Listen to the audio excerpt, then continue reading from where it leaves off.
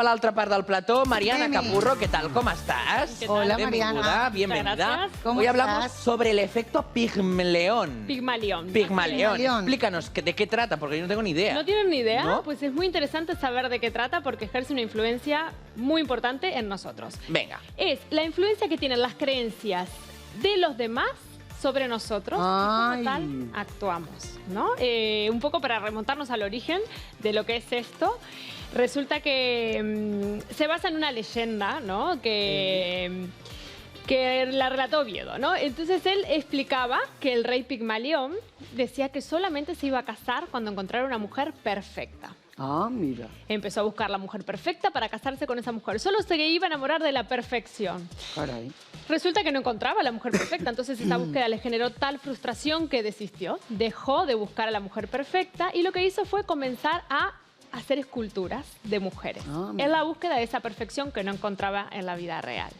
Construyó una mujer tan perfecta, que se enamoró de esa escultura que hizo. Se llegó a enamorar, entonces la cuidaba, la mimaba, le daba tiempo, le dedicaba tanto amor, que finalmente se terminó convirtiendo en esa mujer que él quería encontrar en la vida real, ¿no? Es una leyenda. Ya. Y le puso de nombre Galatea. De ahí viene un poco el nombre de todo este fenómeno, ¿no? Entonces, esto de que, ¿por qué lo traigo en esta sección de psicología de adolescentes? Sí. Porque es importante tenerlo en cuenta, porque resulta que si yo creo, ¿no? Un poco así a modo de resumen, si yo creo que mi hijo es bueno para, así actúo con él, así me vinculo con él, así se construye él, así lo cree él y así le pasa. O sea, en el fondo le influye. Exacto, es lo que también se llama como la profecía autocumplida. ¿No? Por ejemplo, veo a mi hijo que va corriendo, y le digo, ¡te vas a caer! Ya, y se cae. ¿Qué pasa? Le abro el abanico de posibilidades. Puede que te caigas. Él contempla eso, cree que su madre cree que se va a caer y se cae. Claro. Esto un poco así. Al final un poco también es como para complacer a la madre.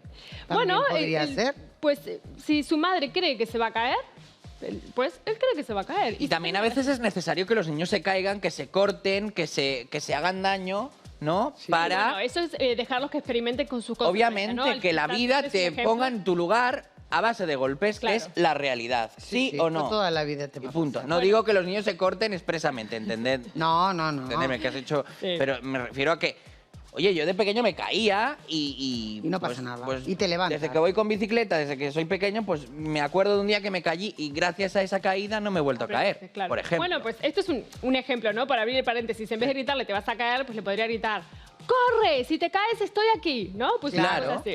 claro. Claro. Que transmitir un poco de confianza a nuestros hijos, ¿no? O inténtalo. Claro. O si te caes no pasa nada, No, pero... o que hay, por ejemplo, padres y madres a lo mejor que dicen, deberías estudiar abogado porque tú hablas muy bien, Ya. ¿no?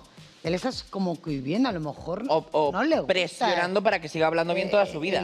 Claro. Claro, sí. O que el hijo elige que quiere estudiar y los padres digan, no, esto no, que no te va a ir. servir. Sí, todo esto Hay condiciona. que probarlo. Todo esto condiciona. Las palabras que escuchamos a los Totalmente. demás condicionan mucho. Pero, Mariana, el origen de los padres tan proteccionistas que meten a sus hijos en una burbuja, ¿a qué se debe? Claro, la sobreprotección, me querés decir, Exacto. ¿no? Pues ese origen se debe un poco a las inseguridades que tenemos nosotros mismos como mamás y como papás, ¿no? Al miedo.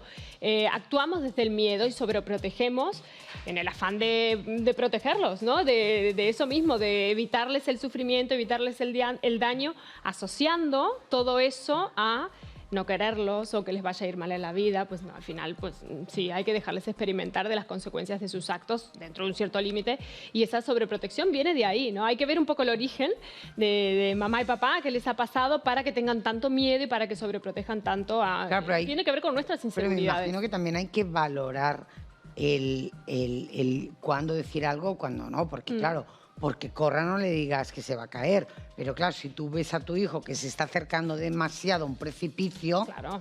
sí que has de decirlo Claro, y no sí, le sí, estás sí. cohibiendo. No, dentro de ciertos límites. Pero en lo que es el efecto Pigmalión, este era un ejemplo en concreto nada más, pero repercute a lo largo de toda la vida, ¿no? Si yo confío en mis hijos, si yo tengo confianza, porque esto se puede dar de la manera positiva y de la manera negativa. Claro. O sea, lo que tenemos que hacer es potenciar la positiva. Hay un estudio que se hizo hace mucho tiempo que a partir de ahí se empezó a a nombrar así este fenómeno con este nombre, ¿no? Que se hizo en un colegio, ¿vale? Que lo hizo Rosenthal y Jacobson. Ahí el experimento se llamó Pigmalión en el aula. Lo que hicieron fue decirle a los profesores que había un grupo de alumnos a los que se le había hecho un test de inteligencia. Pues de ese grupo de alumnos, la mitad, fulanito, fulanito, fulanito, lo hizo espectacular, se sacó una nota increíble, a final de curso verás cómo aprueba con excelentes notas, tal y cual, y estos no, estos lo suspendieron, no va a ir bien, en el curso no van a tener suerte. Pero resulta que ese test nunca se hizo, ¿no? Lo que hicieron fue engañar a los profesores diciéndoles que estos alumnos habían obtenido muy buenas notas y que estos no. ¿Qué pasó? Que al final del curso los alumnos que para los profesores habían obtenido muy buena nota fueron los que pasaron con mejor nota. Sin embargo, los otros con peor nota.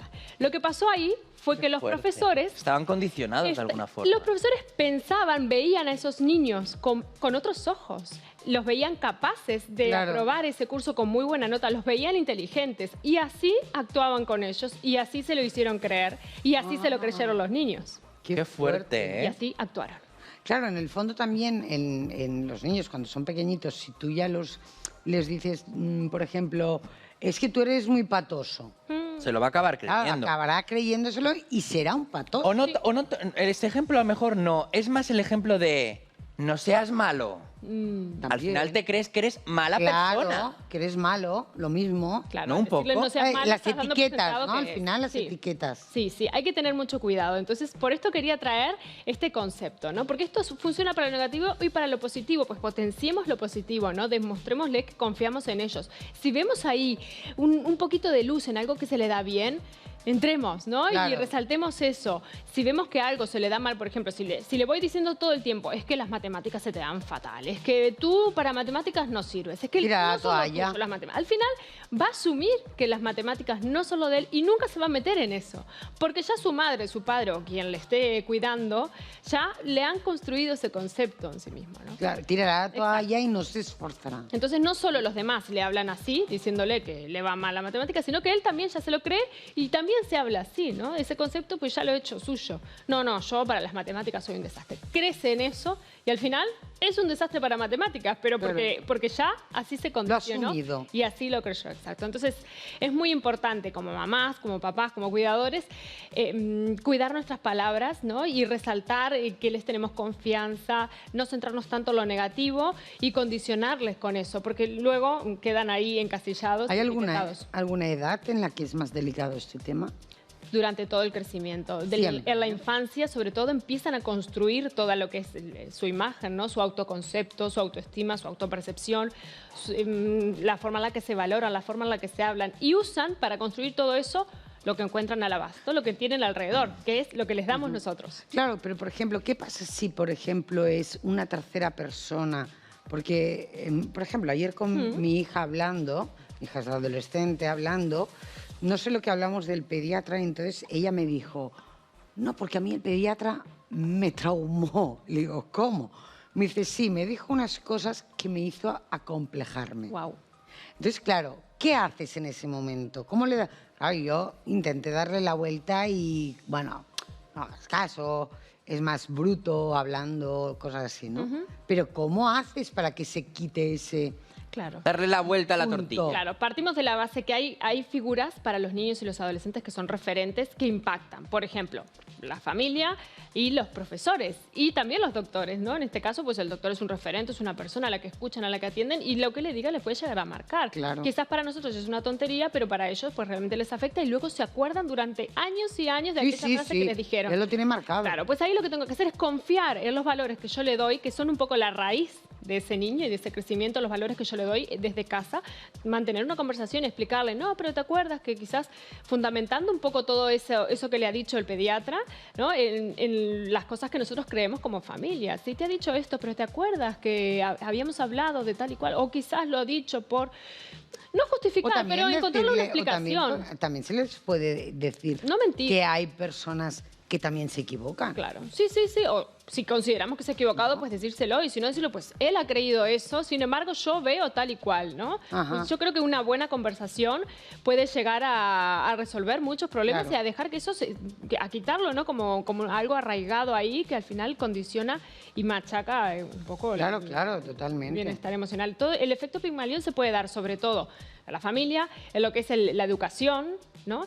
En lo que es en los deportes también, en el ámbito laboral, cuando somos más grandes, ¿no? Si mi jefe está todo el tiempo pensando que soy un desastre, que soy un desastre, que soy un desastre, pues me va a tratar como que soy un desastre, me va a sentir que soy un desastre, y así se va a dar, acabará siendo un desastre. Lo que pasa es que trabajando ya eres lo suficientemente adulto, ¿no? Sí, pero a veces... Claro, pero al final si repiten mucho una palabra, al final te la acabas creyendo. Claro, tengas 50, 60 o 10 años. No, más que creértelo, a lo mejor lo que te hace es desmotivarte. O tener más inseguridades, frustrarte, ¿no? Claro. Frustrarte, Entonces, claro. ¿tú crees que, por ejemplo, todos los empresarios, todos los profesores, todas aquellas personas que tienen un cargo sobre diferentes personas deberían tener formación en este sentido? Bueno, si se puede formación, por supuesto, pero si no, por lo menos conciencia de que repercuten en la vida de los demás. Al final, todos los vínculos llegan a condicionar lo que es el comportamiento de las dos personas. Entonces, si yo tengo un puesto, ¿no? O un sitio, o un lugar, un rol importante en la vida de otra persona, tengo que saber que eso es así y con lo cual tengo que intentar medir mis palabras y ser una persona respetuosa. Claro, al final un poco, al menos yo me lo he aplicado y a mis hijos se lo he aplicado, al final un poco es que debes hablar a los demás como a ti te gustaría que te hablaran. O sea, si a ti no te gusta que te digan es que eres un inútil, tú no le digas a otra persona que eres un inútil. Claro. ¿No? Y sobre todo pensar, ¿no? Si yo tengo un hijo adolescente y le digo, es que eres un inútil, pues quizás no lo tendría que decir, pero también tendría que reflexionar, ojo, es mi hijo, si es un inútil, ¿por qué es un inútil? ¿Qué es lo que he estado haciendo hasta ahora para pensar tu que es un inútil? responsabilidad. Además le he enseñado yo. Claro, ¿no? entonces quizás a lo ahí mejor el la inútil reflexión es el padre o la madre, ¿no? Porque hay mucho inútil suelto por la calle, cuidado, ¿eh? Cuidado, ¿No estáis de acuerdo un poco? Bueno, hay de todo, ¿no? Bueno, hay de yo todo. creo que Sí que es cierto que hay mucha gente que ocupa puestos en los que no está preparado socialmente para desenvolverlo. Pero quizás esa persona que está en un puesto para el que no está preparado se ha creído que está preparado o le han hecho y ahí creer. le tienes, o le han hecho creer, claro. Y ahí le tienes, ¿no? No da la talla, no, pero considera que sí y ahí está. Claro, pero en el ámbito de padres y madres se actúa más a lo mejor de lo que te han enseñado tus padres, otras generaciones, o bien pues porque tienes miedo o porque quieres ese hijo perfecto. Sí, Elena, pero ¿no? siempre justificar los actos diciendo de que lo hago porque es lo que he visto en casa en generaciones anteriores tampoco justifica nada, porque al final... Hombre, pero es así. Sí, pero también nosotros tenemos dos dedos de frente cuando llegamos a cierta edad. Se supone que cuando tienes un hijo ya tienes cierta edad, por lo tanto tienes margen para cambiar, tienes margen para decir, oye, esto es un error en mi vida, lo quiero cambiar, y por mucho que mi madre diga A o mi padre diga A, yo puedo decir B. Sí, ¿es más difícil salir de ahí y darte cuenta? Sí, pero tenemos margen de mejorar. Sí, pero si a ti desde pequeñito te están diciendo que la botella no se pone así, sino que se pone así, y te lo dicen siempre, siempre, siempre, siempre, tú cuando veas la botella así dirás, esta botella está mal puesta. Claro, y luego cuando salgas al mundo, fuera de casa, verás la botella al revés y ahí, con el pensamiento crítico que puedes dirás, llegar a oye, tener, ¿por qué todo el mundo lo hace al revés y yo no? A lo mejor el problema es mío. Y aquí es el margen de mejora, ¿no? Digo yo, ¿eh? No lo sé. Sí, que sé que cuesta, ¿eh? Porque al final cuando ves algo tan normal, como por ejemplo la botella del revés, dices, ostras, te cuesta darte cuenta. Y estoy hablando de una botella, pero tú imagínate en que ideales. Mira, tú no has visto a lo mejor niños que le han dicho tanto lo fantástico que es, lo inteligente que es, que también está muy bien decir las cosas positivas, pero que han exagerado tanto eso que se vuelven niños, ¿cómo se llama esto? Niños de mamá o de papá, sí, ¿no? Mimados. Aquí les voy a dar un consejo. Elogiar menos y alentar más, ¿no? ¿Esto qué quiere decir? Cuando mi hijo consigue algo, yo siempre es me lo invento, un 10 en un examen, Sí. ¿no? Pues qué maravilloso, te has sacado un 10, eres el mejor, ¿no? Podemos confundir ahí entre lo que conlleva el efecto Pigmalión, ¿no? Es decir, pues le voy a decir que es genial, porque así se motiva y sigue y tal y cual, con lo que es elogiar. Pues si yo elogio tanto, al final es como un premio que le estoy dando, ¿no? Tú has hecho algo bien, pues yo te doy el elogio, es como un regalo, como un obsequio, como ¿no? Y no está mal, pero si se hace mucho, al final lo que vamos a hacer es condicionarle en cuanto a que va a ser siempre o a intentar ser el mejor para obtener ese premio. Claro. ¿no? Entonces, en el momento que no tenga ese premio, su autoestima va a temblar ahí un poco, va a decir, uy, ¿qué pasó? Que hoy no me dijeron que soy el mejor, es que no soy el mejor, es que no lo he hecho mejor, entonces empiezan las dudas, da igual. Claro. Lo que tenemos que hacer es alentar. ¿Qué implica alentar? Que no es elogiar, pues valorar todo el esfuerzo que tenía que hacer hasta llegar a ese 10. No centrarme en el 10, sino el proceso decirle, para llegar. todo lo que Claro. has hecho, te has centrado, has estudiado, el esfuerzo, que tal y cual. Porque entonces, si el resultado no es el mejor, igual tengo cosas positivas para decirle, porque las hay, ¿no? En cambio, si yo solo me centro en el objetivo, solo voy a poder decirle algo bonito cuando el objetivo se ha cumplido de manera positiva o como yo esperaba. Claro. Bueno, de hecho yo me acuerdo cuando mis hijos eran pequeños, esperando a que salieran del colegio, y éramos un grupo de madres, y era época de exámenes. Y yo recuerdo la hija de una de las madres salir diciendo, mamá, he sacado un 8,5. Y la madre decirle, muy mal, está fatal. Claro, eso para una niña, yo pienso, nunca va a ser suficiente. Nunca. Claro, y luego se vuelven en autoexigentes y Claro. infelices porque nunca es suficiente, nunca alcanzan la perfección y nunca son capaces de disfrutar en la Además, búsqueda de esa veías la niña saliendo con una alegría. Ya. Y va la madre Claro, y le a mí me quita la dice mi ilusión. hijo, un 8,5 y le hago un monumento. Claro, no está mal Pero decirle, por claro. ejemplo, cuando se ha sacado un 10, oh, qué bien, pero no siempre Pero no centrarnos siempre, en el objetivo. claro. Porque si no, luego conseguimos esto, ¿no? Al final es como que me la creo. Al igual que si no sacan suficiente nota, tampoco machacarles Claro. vivos. Claro, si yo he visto que se ha esforzado, pues ahí está la diferencia, ¿no? Pues yo aliento. O la próxima vez irá mejor, ya lo verás, ¿no? Exacto, así es. Un poco Pero- de sentido común. Sí, y herramientas de comunicación. Es importante aprender. Claro. No fijamos mucho en el poder que tienen las palabras en los demás y sobre todo nuestros hijos que se construyen en base a nuestras palabras, usan nuestras palabras como propias para hablarse a sí mismos. Entonces sí que es verdad prestar mucha atención a lo que les decimos. Claro. Claro, se puede cambiar la manera de hablar Hombre, se puede aprender, para ellos. se puede Es reformular. decir, sí. si tienes algún hijo que se diga mucho, es que mamá soy muy tonta, es que no lo sé, si habrá algún caso que nos estén viendo, Sí. pero ¿se le puede hacer corregir eso o cómo se le puede ayudar? Pues ayudándole a reformular, ¿no? En el momento que está diciendo, es que soy muy tonta, no, pero ¿por qué dices eso? A ver, ¿qué es lo que ha pasado?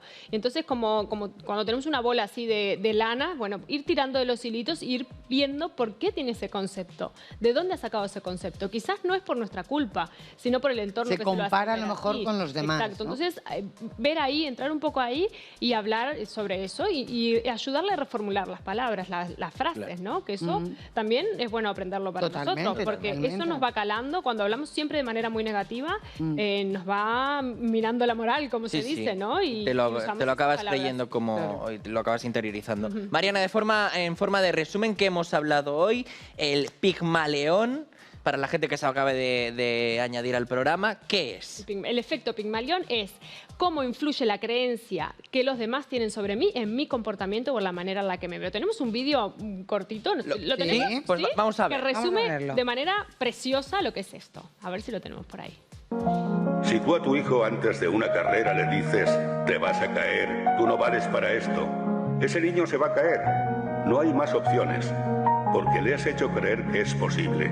Y hay algo que le empuja a cumplir la profecía. Pero si en lugar de eso a ese mismo niño le dices, corre, vuela, no te detengas. Y si te caes, aquí estoy para levantarte. Ese niño jugará mejor que si nunca le hubieras dicho nada. Hay una responsabilidad ineludible en cómo hablamos, en cómo tratamos a los demás, porque nuestras palabras tienen un poder más grande de lo que nunca hubiéramos imaginado. Cada día tienes la opción de cortar las alas de los demás, hablando del miedo y de la incertidumbre. O puedes dejar que tus palabras les empujen hacia sus metas, confiando en la capacidad infinita que hay dentro de todo ser humano. Doncs aquest vídeo que ens demostra exactament el que ens estàvem explicant ara, no? Amb un vídeo, que les paraules són molt més importants dels que ens pensem. Totalment. Tenim un poder molt més important del que ens pensem. S'ha de pensar 3 vegades abans el que es diu. En tots els aspectes, eh? Y sobre todo a los niños y a los adolescentes. Exacte. Ens quedem amb això. Gràcies, Mariana Capurro, per estar amb nosaltres.